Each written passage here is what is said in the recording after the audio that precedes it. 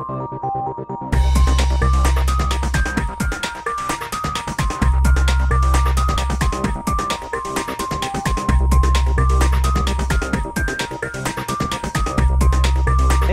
your digital policy, how do you sum it up in terms of Ireland has clearly benefited from many great technology companies coming to Ireland. We've had great examples of what's possible when companies from Ireland do succeed. But as a digital country, as a country where broadband is a human right and can enable businesses and enable people's lives and cross divides, what would be your policy on that? There are a lot of things we've got to get right. Obviously, you've got to get the network right. You've got to keep improving speeds and ubiquity of broadband. And I suppose in that, the first thing is getting so you have universal coverage to that last 1% who don't have it at the present time. So I secured funding from Brussels under the Rural Development Programme for our rural broadband scheme, which is now ready to go. It'll be launched tomorrow. We've got the operators there waiting to take people's calls if they're in that category, if just can't get broadband from whatever different supplier at the present time.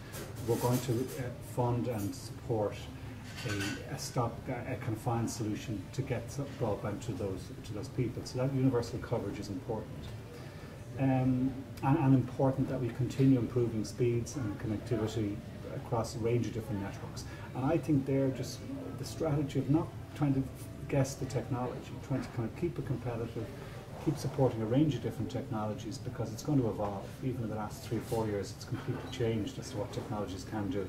Same thing will happen in the next 3 or 4 years as we move to LTE, as we get fibre to the cabinet, fibre to the home. I think critically, secondly, the really important thing is actually in some of the other policy areas, and in terms of 2 or 3 aspects. One, in terms of how we get people actually just using the technology, kind of the actual rate, using the state trying to leverage whatever it can to get more people online. So digital literacy. Yeah, I suppose a number of projects that I was working on there, which can be rolled out, the 100 megabit connectivity to schools was, I think, a crucial element in terms of getting our education system to recognise that actually online is going to require a whole new way of learning, and actually it's an exciting opportunity for education. So we went out to 78 schools last year. We are again ready to go to every secondary school with that 100 megabit connectivity, and the experience is that's really working. Like, those schools are regularly using 60, 70, 80, 90 megabits of the 100 megabits that they have. So it really is working, and I think that's a key element in terms of rolling out just use of the technology now. It's it's all very well to say, okay, we have the network capability. What are you using it for? Another one I'd say is an example of a project where, again, we've started, but it's a matter of pushing it through, is in the business area. I appointed Leonard Donnelly as chairman of the Digital Hub, with the view that we need to start seeing it being maybe getting away from a focus on property to a focus on enterprise. And one of the schemes he started there, and his team in the Digital Hub, I think shows real promise.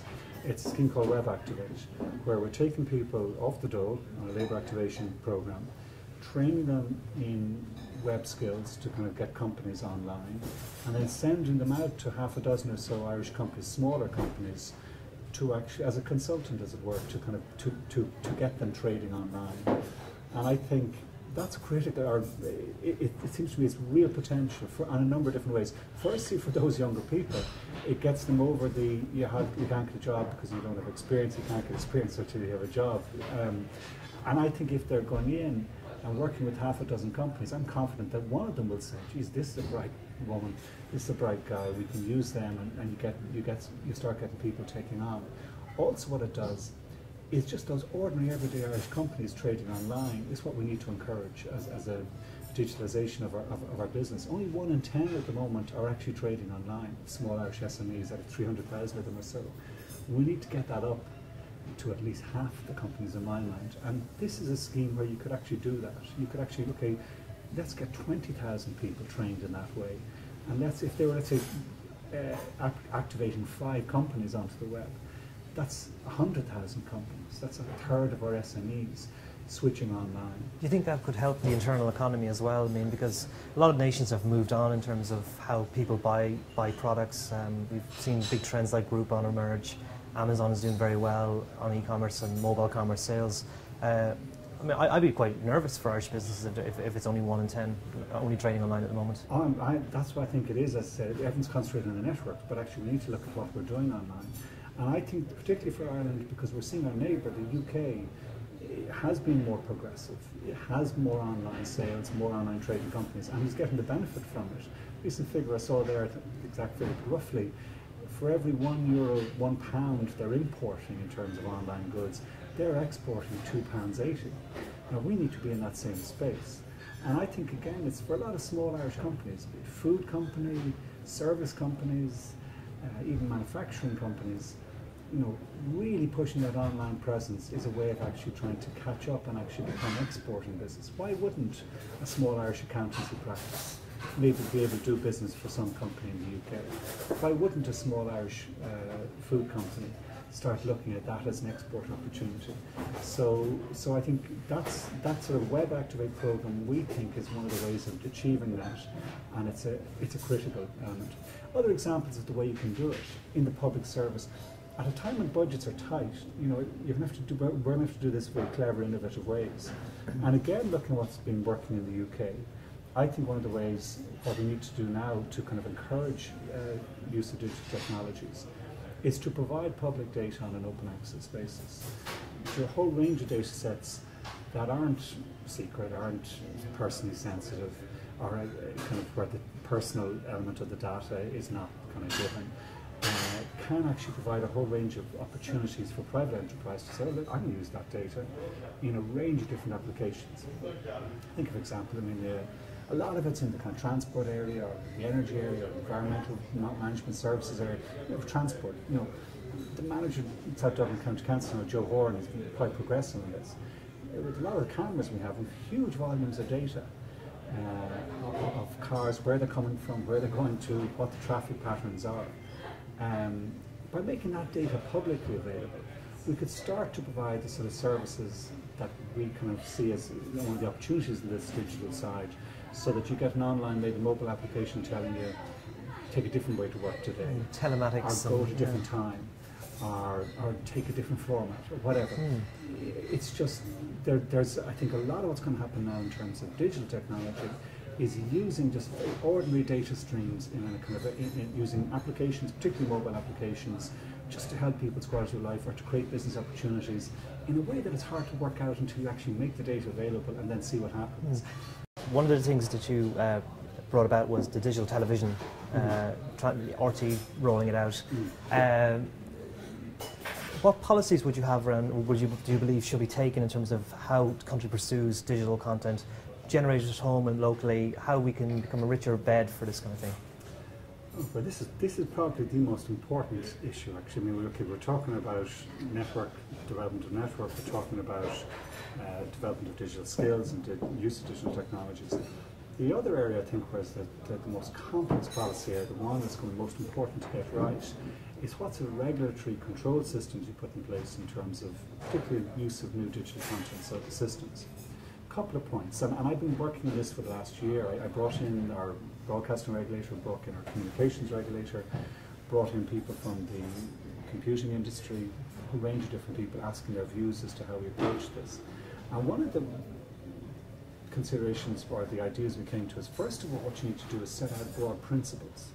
You kind of, rather than rushing in to kind of legislate with too big kind of government feet, you've got to just, let's work out what are the principles here. And so the principles I think we advocate are, we want to be progressive and adopt this technology. We don't want to be afraid of it. We want to encourage democratic use of it, so that it's not just all centralized big companies and so on. So those principles are important in terms of what sort of regulatory approach you take. There's couple of points I think we need to get right fairly quickly. One is how we actually fund broadcasting, and indeed fund newsrooms in general. Because there's a real issue at the present time. It seems with the newspapers starting to come under pressure, starting to close, as to what's the model to fund, particularly editing of news, so that people have confidence in it, it has credibility. I think in that regard, what we're going to have to do in the term of the next government is actually put an end to the current licence fee system in terms of paying €160 for your television licence. I think by the end of or within 5 years, that will be out of date. The inexorable move towards online content, towards online distribution of newspapers, television, and so on, means that that sort of outdated check and sorry, can you please tell me if you have a television license with someone coming to the door? How can you tell whether you're getting your television through your iPad or whatever device is going to come in the next 5 years, whether you need a license fee or not? So I think we're going to have to switch away from a license fee system towards an alternative system for funding broadcasting in particular. And I think we're going to have to look in that regard as to whether we broaden the definition out to funding newsrooms in a variety of different media, because it's going to be increasingly difficult for those media to make the business case to survive in their current newsroom functions on the old commercial model. I think the model, I mean, what model is going to work is yet to be decided. No one's figured it out yet. No. Yeah. I don't think it's going to be a kind of Rupert Murdoch paywall, kind of boxed off internet. I just don't think the publics are going to adapt to that. They've got used to the concept of kind of more open access, freedom of access to information, a range of different information on the internet. So my personal instinct is I don't think it's going to go down the route of paid of kind of sectioned off internet content services with large paywall. Some instances that will work, like the Financial Times, the likes of Bloomberg, or other convey financial services information may well survive on that basis, or other pay-per-view content may well work. But I think for more general media, I think it's going to be a slightly different model. I think the model that we should look at, and we're not determined exactly what will replace the licensing, but one of the elements in the funding model, in my mind, is some sort of charge system on volume of data communicated, and a small fraction. It's not small enough so that you don't actually limit the development of the use of the internet technology, but a small volume used to replace the license, or volume charge used to replace the license fee to fund public service broadcasting and possibly other media, where they deliver a public service component in terms of news editing, news management, and so on.